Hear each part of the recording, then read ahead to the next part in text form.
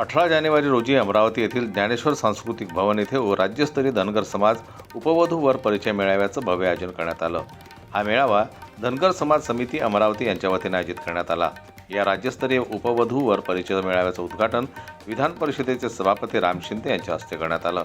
कार्यक्रमाच्या अध्यक्षस्थानी अकोल्याचे माजी आमदार हरिभाऊ भदे होते, तर विशेष अतिथी म्हणून माजी आमदार अनंतकुमार पाटील, अनिल बोंडे यांची उपस्थिती लाभली।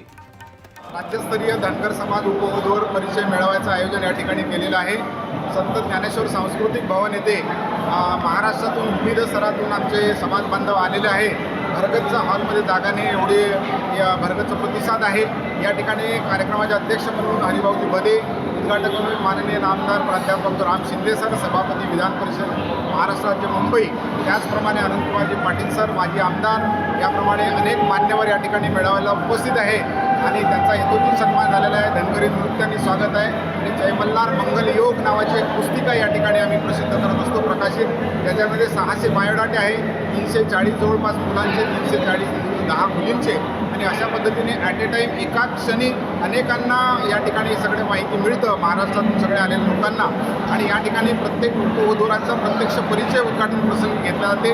ही एक या मेळाव्याची विशेषता आणि कुठलंही नोंदणी शुल्क नसतं आणि भव्य प्रतिसाद हा 15वं वर्ष या मेळाव्याचा आहे। समाज बांधवांनी दिलेल्या प्रतिसादाबद्दल मी डॉक्टर राजू डांगे आभार व्यक्त करतो। कार्यक्रमाची सुरुवात उपस्थित मान्यवरांच्या हस्ते पुण्यश्लोक अहिल्याबाई होळकर यांच्या प्रतिमेला माल्यार्पण करून दीपप्रज्वलन करण्यात आली। त्यानंतर धनगर समाजाच्या पारंपरिक नृत्यानं कार्यक्रमात सांस्कृतिक रंगत आणल्या गेली। धनगर समाज उपवधू वर परिचय मेळाव्याचं हे 15वं वर्ष असून समाजातील युवक युवतींसाठी योग्य विवाह जुळवून देण्याच्या उद्देशानं हा मेळावा सातत्यानं आयोजित केला जात असल्याचं आयोजकांकडून सांगण्यात आलं। जनमत लाईव्ह न्यूज करता गजानन जिरापोडे यांची रिपोर्ट, अमरावती। मराठी बातम्यांसाठी जनमत लाईव्हला लाईक करा, सबस्क्राईब करा आणि बेल आयकॉनला दाबायला विसरू नका।